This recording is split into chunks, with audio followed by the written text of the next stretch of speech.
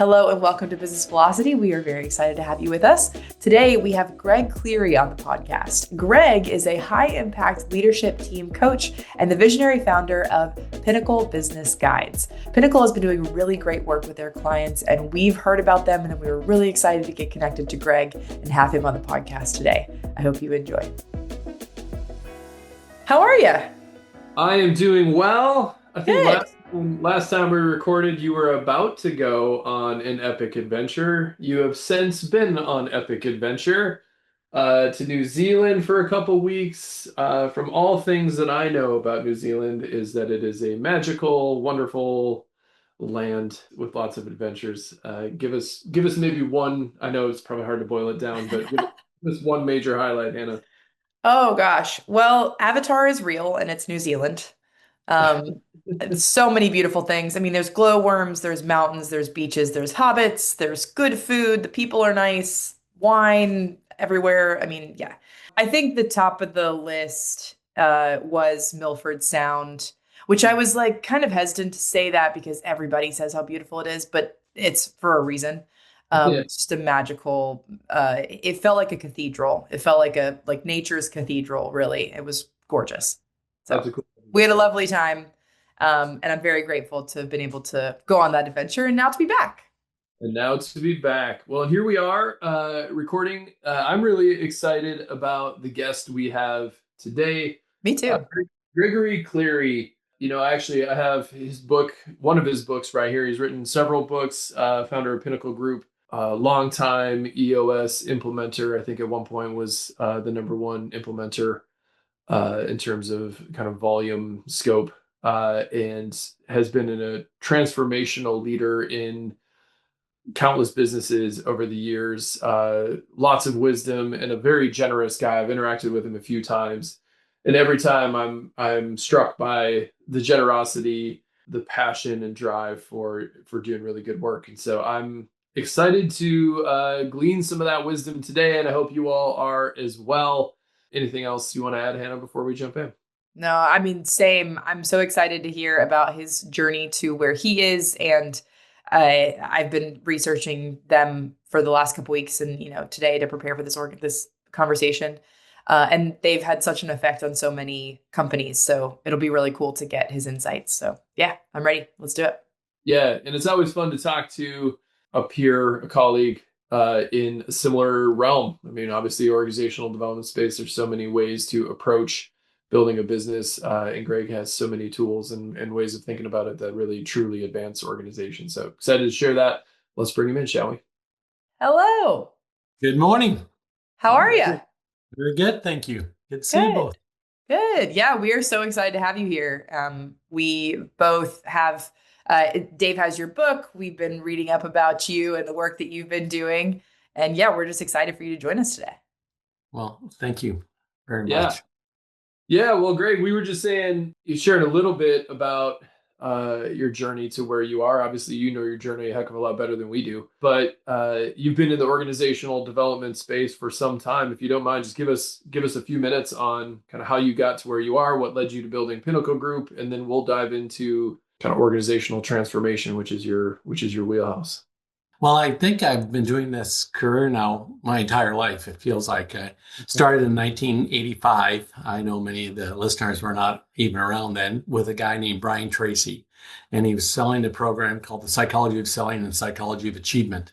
And I went and saw The Psychology of Achievement, and I asked him for a job. And then he gave me a part-time job. And so I worked with Brian Tracy for many years. I moved up through the ranks, became the national sales manager. I should have paid more attention in geography class in Canada because I was in Toronto. And they asked me if I'd like to move to the United States to work. And I thought I was moving south from Toronto. I moved to Minneapolis, Minnesota, which was a nice 7 hours north.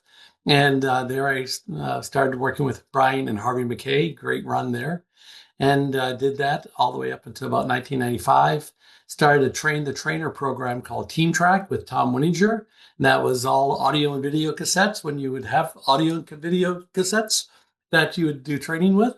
And that went through up till about 2001. The towers came down. I was traveling on the road a lot of nights a year. And I said, I need to get off the road. I wanted to start a family, been married a little while at that point, and hung up my shingle at Action Learning. And I was going to do sales coaching. And the way I did it was unconventional. I would go in, I would get a business card, I'd write your sales process, I'd go in the field with your salespeople. And at any time in the sales appointment discovery, they could say, Greg, do you have any questions for Hannah? And they could just toss it over to me. And so I would prove to them that that sales process was better than what they were doing. And I did that up till 2010. Again, great run. One of my clients said, have you read this book, Traction? I said, no, but that name Wickman sounds familiar. We had a guy named Floyd Wickman on our lineup at Peak Performers Network. Turned out that was Gino's dad. And I called up Gino. It was $2,995 becoming an EOS implementer back then. I was the eighth one in the door and showed up. And, the rest, as they say, is history. That started me down this, business operating system track. I spent a decade with the EOS. I left there as the number one EOS implementer in the world. It's all documented and certified. And I started this thing called Pinnacle Business Guides. 25 us broke away. We don't think bigger is better. We thought better was better. And it was just time for us to, do our own thing. And so we had strategy and team health and so on. And now we're about 5-6 years into this. We just had a summit last week and we had 15 brand new guides there. And I just love what I do. And I think we're making an impact and we've got a very bright future. That's amazing. It's quite the journey. You threw out some fun names there. I was born and raised in Minnesota, so good to have you in Minneapolis. Not a bad place to be. It's a good place to be from, I like to say. Thanks. Yeah. So tell us about the work you do as Pinnacle Guides. One of the things I heard you talk about is this idea of a guide, right? Like, what can you just talk a little bit about what being guided on the business journey means? Yeah, I think if you look back, there's lots of different people have been out there, coaches and consultants and efficiency experts and lean experts and ISO experts and all these others. And I think the word guide, actually, my next book is going to be called Go With a Guide that I've already started it. It'll be out next summer. But it's the idea that the guide just is on the trail with you. Like there's people that can teach you in the classroom or teach you, in the training room or wherever, role play in the venue. But the guide is on the trail with you. And the guide has experience. They know how to get to the top of the mountain because they've been to the top of the mountain.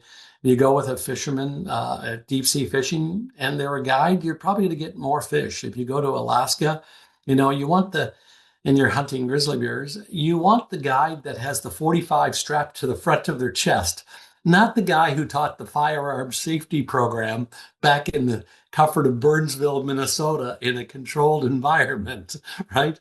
Where nothing jumps out from around the corners at you. So I think the guide is really important. And when you look at all of history, right, all the stories and everything, there's guides everywhere, right? Cinderella had a guide, right? The fairy godmother, right? Haymitch, Dumbledore, right? Yoda, Obi-Wan Kenobi. It's littered throughout all the frameworks that you see.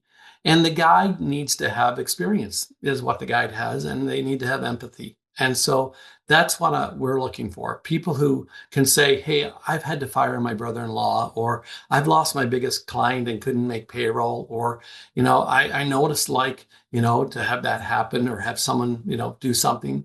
And they need to have that empathy and they need authority. They're like, but then I worked my way through it, right? I actually use that to make me better and stronger. And we came out of COVID stronger. And so I think that's the difference between, someone who's just teaching a framework or just like going through the motions and somebody who's leaning in and looking for the nuances, looking for, the chariots of fire. I can get you, one more yard. I can get you a little bit faster. I can go on for an hour, Dave, on the difference between a guide and a coach and a philosopher. Well, and I honestly, I feel like Dave would want to talk about that for sure. So maybe not to cut him off. And Dave, if you want to jump back in on that, that's totally fine. But the thing I was actually curious coming into this conversation to hear about from you was like developing a program like this is no small feat. We totally can sympathize. Like it's a huge endeavor to create something and make it stand out and make sure that it offers like true benefit to your clients. So I'm curious, like, was there like a moment where you sort of like saw a pattern that you knew you needed to capitalize on? Or was it a feature that you see like, oh man, like clients just, everyone keeps missing having this in place or knowing this about their company in order to succeed? So I'm curious, does it boil down to like one sort of thing that sort of sparked Pinnacle, or was it maybe a lot of moments along the path that you guys then got together and sort of formed into Pinnacle? Yeah, and I think it's the whole, I think everything I've done in my life has brought me to this point today where I am. I wasn't ready to write a book 20 years ago or 25, 30 years ago. And I think it's every person, Jim Rohn, Mandino, having like Ken Blanchard, have all these like business philosophers in my life. Rachel Rose Nelson, who's our CMO, she did a Throwback Thursday this year, and she put up a picture of me speaking to the Entrepreneurs Organization in 1989. And so here I am, fast forward, and I'm still talking to entrepreneurs, on a daily, weekly basis. And so there's a lot of common threads. There's a lot of things that have not changed. It's like, I often say, well, to people, hey, how has selling changed, in 2025? And there's some technology and AI and, the power shifted a little bit. But what hasn't changed is people still want to buy from people, right? There's still trust in that relationship, and there's still buyer's remorse and so on. And so I think it's just an evolution. I think it's just that evolution. I'm a reader. So as I read in these, just even the last, 10 years, right, with Brene Brown coming out, Vulnerability-Based Trust, Donald Miller coming out, Jocko Willink coming out with Extreme Ownership. I mean, the thought leadership and the books keep coming out, and they have more in common than they have in difference. That the threads are strong on the DNA of what makes businesses successful. And we now know, we've done the autopsies on all the businesses from good to great, all the businesses that sobering exercise is to have our audience just go out and Google or ask AI, hey, list the Fortune 500 companies from let's say 2005, and list them to 2025. Half of them are gone completely out of business. 74% of the names aren't even on the list anymore. So the idea of bigger is better is just a fallacy. These companies are gone. Toys R Us, I mean, they're just hanging on now. They're renting space from Macy's, but how long is Macy's going to be around? All right, type of thing. The world is changing. I think I got clarity on it when I really realized that what makes our businesses different is the people. And when I got clear on one key hire can change, one A player, it always has. When they bring in a new president, when they bring in that new thought leader, that new R&D, that new salesperson, that sales, and all of a sudden their businesses change dramatically overnight. And it wasn't the technology or the app. It really was the people. And so that was once I got clarity around that, then the rest of it just followed, right? Because people need a vision, and people need a purpose, and people need to have a way to do the work and understand the work and simplify the work. So Yeah. that was probably my watershed moment. Just I got that clarity that was the right way to approach it. Yeah, absolutely. And you just threw out a term that I know you use a lot, but for our listeners, the A player. So can you explain what is an A player? And I know this is a big question, but how do you find them? So what is an A player? I mean, Steve Jobs had programmers that he called the A players, and he said they were 100%, not 100%, 100 times more productive in coding than the B players. He actually put them in a separate building with a separate passcode because he didn't want anybody going near them. Okay, he didn't want anybody to see how fast they were because they would slow them down. But an A player, this has been well documented. The Container Store, probably 20 years ago in Minneapolis, Dave, he came out and said, hey, I'm going to pay all of our retail people, I'm going to pay them $15 an hour, and then it was $20 an hour. And at that time, it was double. It was double what they paid retail associates. And he said, well, I can pay them double because I only hire A players, and the A players are worth 3 times as much as a C player. So he thought he could pay him double and actually get triple the work out of him. And so it has been well documented. well defined, who and what an A player is, right? There are people who fit your culture. They're nines and tens on culture, nines and tens on productivity. And a real quick, question is, if you were to start over again tomorrow, you're taking your business and starting your business over again, who's coming with you? Who's on that short list? Those are probably your A players, right? Those are the people are like, that's your matches. You got to keep them dry, right? For when the storm comes, you want to protect them, and because you can do anything with that small team of people along those lines. So that's kind of what they are. I mean, I've got lots of fun phrases around that. Act your wage. When I see people we're paying them $150,000 to be the sales manager, and they're in saying, well, how do I find salespeople, or how do I motivate salespeople? I'm like, act your wage. Like, I hired you to be the sales manager, to lead, mentor, coach, retain, and attract A players. So act your wage. Where are they? I mean, today the world has changed. People are not looking for 25 years. They're all looking to make a difference and make an impact. And I like to think, there are people today where they're going to get in their cars and drive across the country to SpaceX and Tesla and Apple and whatever other tech darling you want to mention. And they didn't ask them how many weeks vacation. They didn't ask them about the healthcare plan. They didn't ask them about paid time off. They didn't ask them a lot of questions.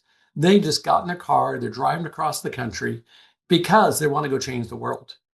And so if you really want to attract A players, you need a vision that, now I know our typical clients, our typical audience are not those people, but in their world, in their city, in their community, they could be that company that everyone wants to go to work for. And they just need to have that vision. We have a nonprofit in Minneapolis called Feed My Starving Children. He wants to nourish 1 billion souls, like with soup, but also nourish with Christianity, their faith. So when people have a mission like that, people come out of the woodwork to help them because it's so clear. And I have a construction company, and they say, we're in the hospitality business. The fact that they're in the hospitality business, ladies and gentlemen, serving ladies and gentlemen, right? Ritz-Carlton, that will attract different people. And I think most organizations know their vision is meh. It's like, copy paste of what everyone else is doing. And that doesn't inspire anybody. So I like to say, Hannah, the war on talent is over and talent has won. So if you're an A player, you go work wherever you like, right? You lose your job today and you're working Friday, right? Take 2 days off and you have a new position. So it's a wonderful example. We work with a lot of organizations, much like you, and at times the vision seems like a perfunctory exercise. Oh yeah, it's the thing that we had to do because that's what books tell us to do, or that's what society might tell us to do. Is we need to have a vision and a mission statement. But I don't really talk about it. I don't really believe in it. I don't really champion that. And we talk about championing the narrative in an organization, like as a leader, as a leadership team, you need to be the one championing. This is what we're about. This is where we're going. This is what it means. As Seth Godin defines culture, he says, people like us do things like this. And I really love that definition. People like us is that vision. We believe in these things and we do things like this. We act our wage, right? I really like that. I really like that phrase. That's powerful. I want to kind of pull a couple of things together. You talked about vision. You talked about being a guide. One of the things I often see is, especially as, if you just look at the last 5 years with COVID, AI, tariffs, all the environmental external factors that influence and shift how a business potentially needs to operate or how it needs to show up in the market. Or even what you said, if you look at the Fortune 500 companies over the last 15, 20 years, that list is pretty different. It looks pretty different. The landscape is changing faster and more rapidly. What do you see as the barriers to folks being able to make those shifts? Like, really, I'm asking, why a guide, right? Like, why do we need a guide? And one of the things we often see is there's this need for certainty, so to speak. Like a lot of founders, owners, leaders just want to know I'm doing it right? But it's hard to know all the things. So why a guide in that landscape? Well, I think part of it is we just don't see it because we're so close to it. In Finding Nemo, or another one of my favorite questions is, they say, who discovered water? And everyone thinks, like, I should have learned this in school, right? Like, is that Christopher Columbus? No, he sailed across the water. He didn't discover water. Who discovered water? And after they struggled with it for a little while, I just, I admit, well, I don't know who discovered water, but I'm pretty sure it wasn't the fish. And what it is, Dave, Hannah, is we are in our own little ecosystems. You're a contractor, you're a MSP, you're a landscape company, and you're in that system. And you go to all those associations, the Minnesota Landscape Association, you go to all the trade shows, you go all that stuff. And I call it homogenization. We come out of there, oh, look how they're painting their trucks and how they're doing their ads and look at their website and everything. And it gets to be this big stew that we get, like we kind of like stew it all up. And then we get this thing, right, that's just bland and we don't actually stand out. We don't differentiate. We don't stand for anything. We don't have a great saga. I mean, I can go on around this for a long time, but the guide has to think differently. I was recently engaged to go into a wine company. I know nothing about wine, okay? Like very little. I drank it, but I don't know a lot about it. And before I went there, I just looked at that industry with my perspective that I have just called life and my observation. And Dave, I showed up there and I said, tell me about how you sell wine. And they go in and they call up on restaurants and they offer to do tastings. And I'm like, really, a wine, like a restaurant needs a new Merlot or Cab or Sauvignon Blanc, like they really need new tasting. And then they all talk about the soil and the vineyard and everything else. And they all sell it the same way. And I said, well, listen, here's a couple things that I know about psychology of pricing. If you price things from the most expensive to the least, you'll sell more wine. All wine lists start at the lowest and go to the most expensive. If you just flip them, you will sell about 24% more wine. I said, every time I make a reservation these days, the restaurant always says, are you celebrating anything? Yeah, it's an anniversary, it's a birthday or whatever. Yet when I get to your restaurant and I ask you for a cake, you don't have a cake. And when I open up the wine list, you do not have one bottle of wine that says, congratulations, happy anniversary, happy 21st birthday. Not one bottle of wine do you have on that list, yet people are celebrating these anniversaries. I've never seen wine for a cause. I've seen water for a cause. I know in Minneapolis we have Finnegan's Irish Amber and 12 credits. When you pop off the top for your 12 pack, you get a credit in heaven, right? It's 100% of the proceeds go. Now, if you're in that restaurant and you're in Charlotte or you're in Atlanta and hey, we're big on the Susan B. Komen, and there was a wine on the list that said 15% goes to Susan B. Komen, and you're a runner, you're probably going to order that wine. This is differentiation. I said, another observation I have is you all have 6 and 9 ounce pours, but have you ever had a nice dinner and you've got like 3 or 4 ounces of your steak left, but you're out, you don't really want another glass of wine. I've never seen anybody have a specialty wine called the 3 ounce, the finisher, or give it a cool name. So listen, I went on like this for literally a half a day about the names, the wines, the brand. And they're like, who are you? Well, who I am is I don't go to wine shows. I'm not reading Wine Spectator or Wine Magazine. I'm outside your aquarium looking in at all the other things going on in the world, and I can just show up and make these observations. And that is more powerful. The people are not hiring me because they don't know enough about construction or enough about landscaping or enough about MSP. They're really good at their business. The reason they're hiring us is they're frustrated with people, culture, playbooks, can't attract good people, can't, raise their margin, don't know how to do this.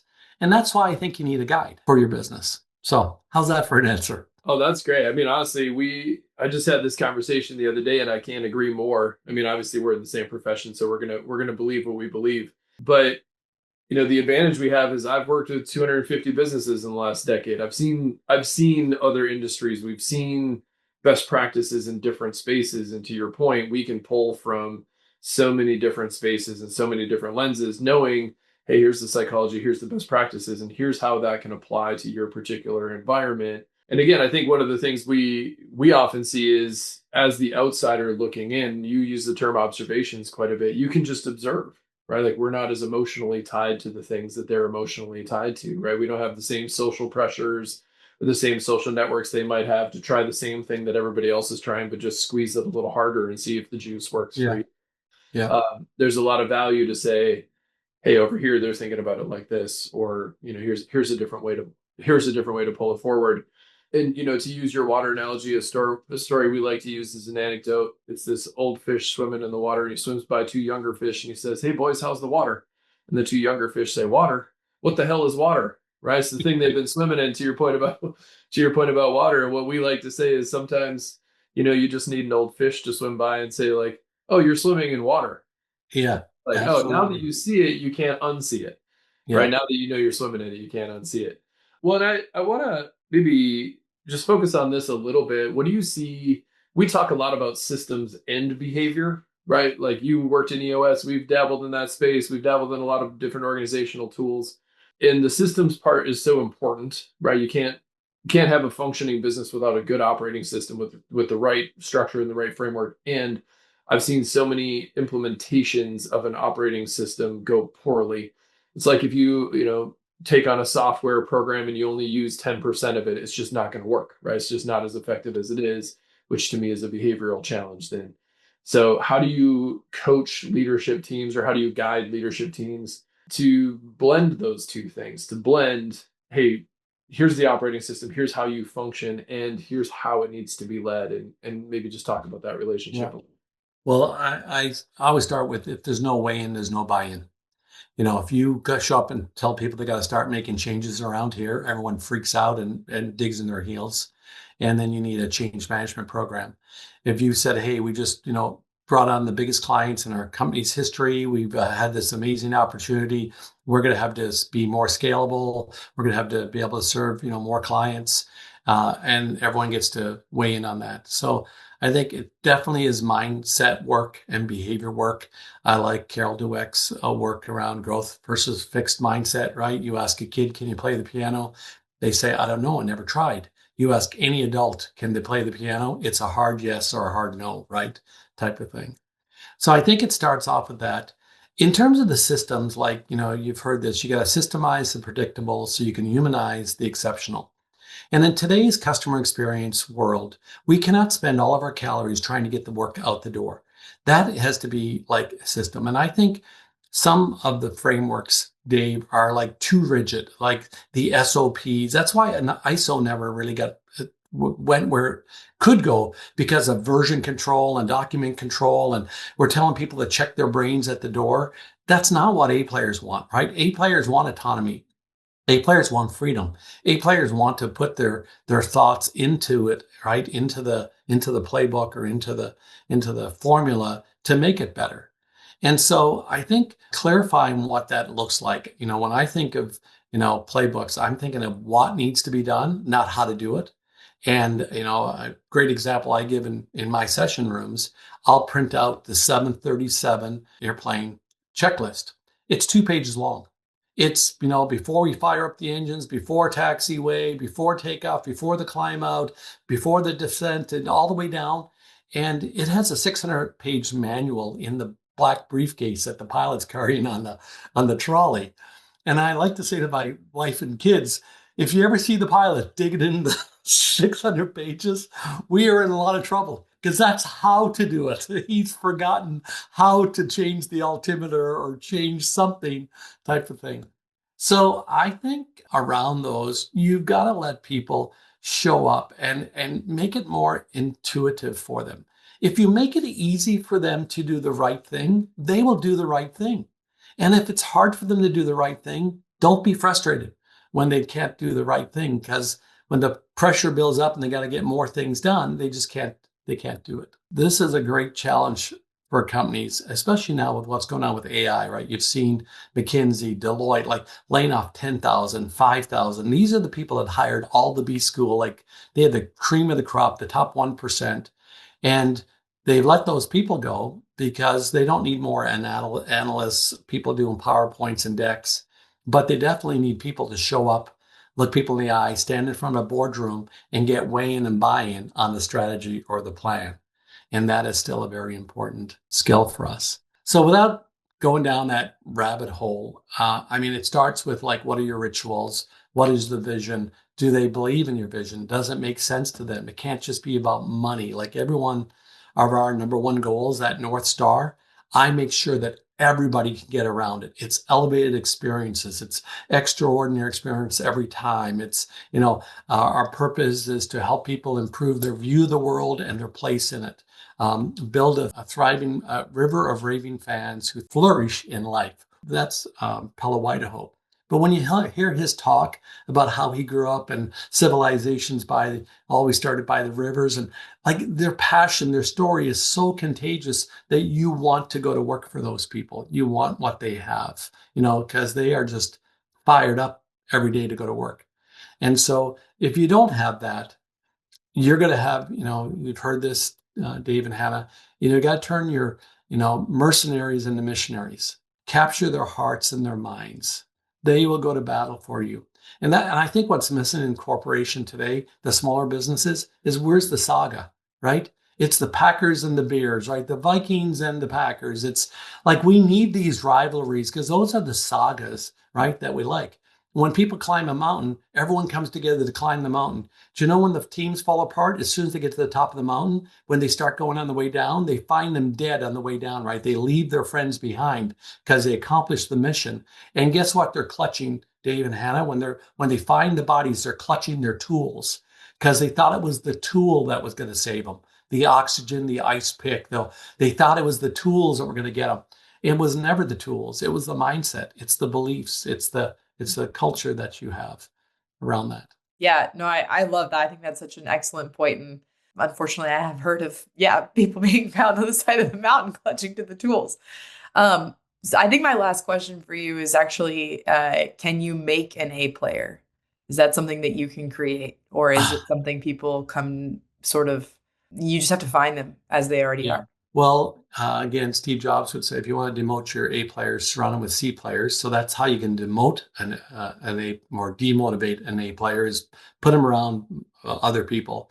I think everyone has the ability, if you do what you love and you're passionate about it, to really like throw your heart into your work and time just goes by, right? They call it the zone.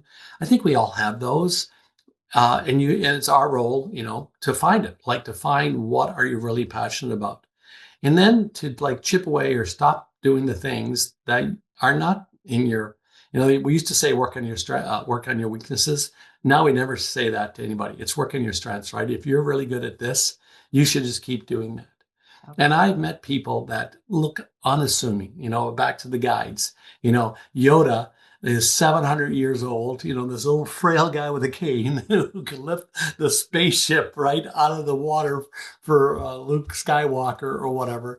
I think that sometimes people think of A players as just that athlete along the line. Now, by the way, when you're starting out in your small business, I tell my clients, hire sales leads. And they're like, what? Sales lead, sales athlete. I combine that word because that's around that A player, Hannah. Anybody who's still playing sports in college, my son is still playing hockey, University of Tampa, 3 goals last weekend, 1 national championship. Anybody who's still playing at that level is coachable, teachable, used to rejection, used to jumping over the boards, used to practicing, used to this, like used to all those up and downs. And you hire that athlete, they're going to be more competitive for you. They're not going to, when going gets tough, that's just when they're getting started. So I think you can, but the challenge is you have to know what you're looking for and what problem you want to solve in your business. I think people look at resumes and they see skills and they see attributes and they see all that on the resume, Hannah, but they don't see drive and ambition and cultural fit. They don't see that on the resume and they don't interview for that. And so, I have 67 questions I ask when I'm interviewing a salesperson. I love to say, hey, how do you stay up in your industry? And they say, podcasts and books and go to seminars. And then my next question is, so can you name me a couple of books you've read recently? And they're like, 7 Habits of Highly Effective People. Okay, that's 1988. Anything more recent than that? Jeffrey Gitomer, The Challenger Sale. Like, we're still 20 years old, right? For some of those, like, what are you doing around that? And so it is hard to find them. But once you find them, they are worth their weight in gold. They could literally stand on the scale and you could just count up their weight and pay them in gold, because those are the people. That's the last competitive advantage we have, is people. It's the biggest expense. It's the thing that you can change faster than anything else in your business. Is you can show up tomorrow and become the head coach instead of the manager. Blow the whistle, call a timeout, inspire people, motivate people. Let's go win the game. Let's get back in here and change forever the trajectory of your business by you showing up and inspiring, and getting the most out of those people. And they want to play for you, right? The best coaches are the ones that every kid on the team wants to play for that coach, and they want to win for that coach, and they become selfless, right? The name on the back of the jersey is not as important as the name on the front of the jersey. And the teams that do that are the ones that perform.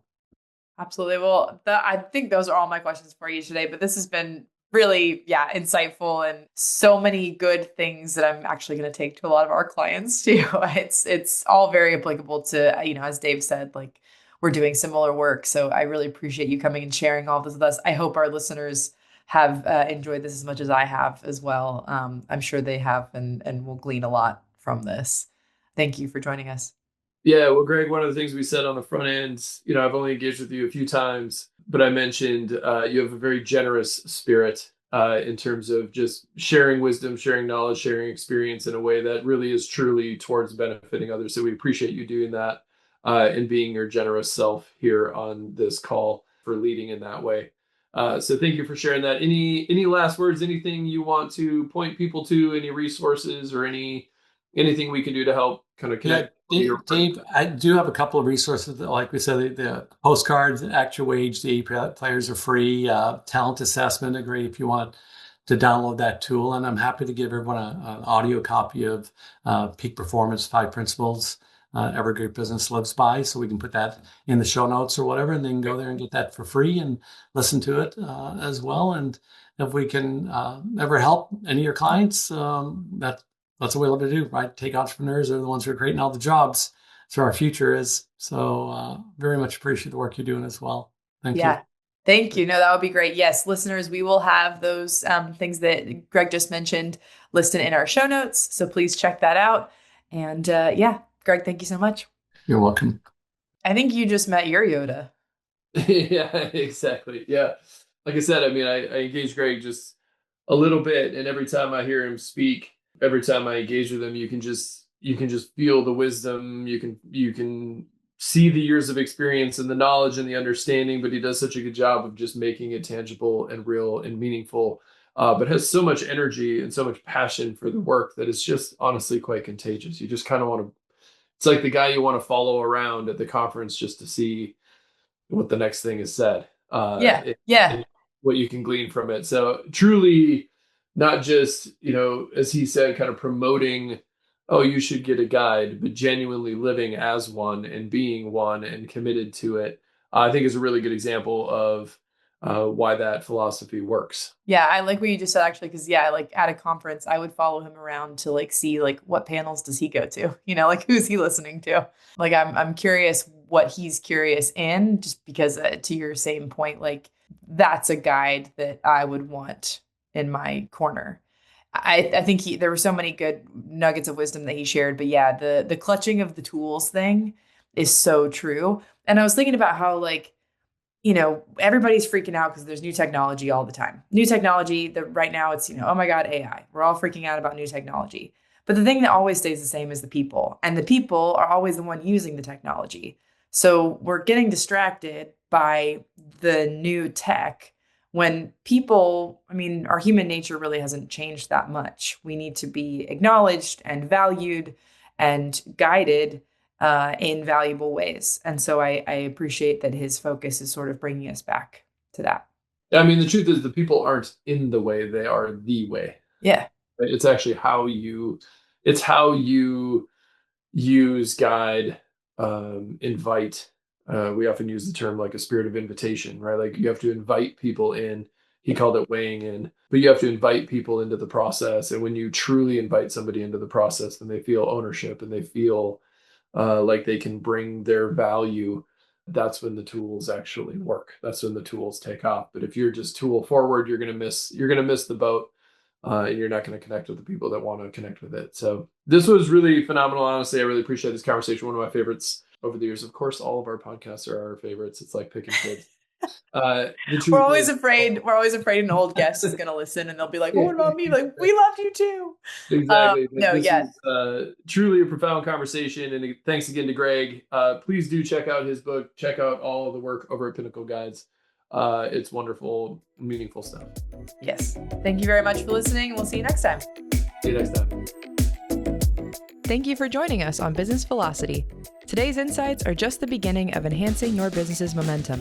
Don't forget to subscribe on Spotify, Apple Podcasts, or wherever you listen to podcasts.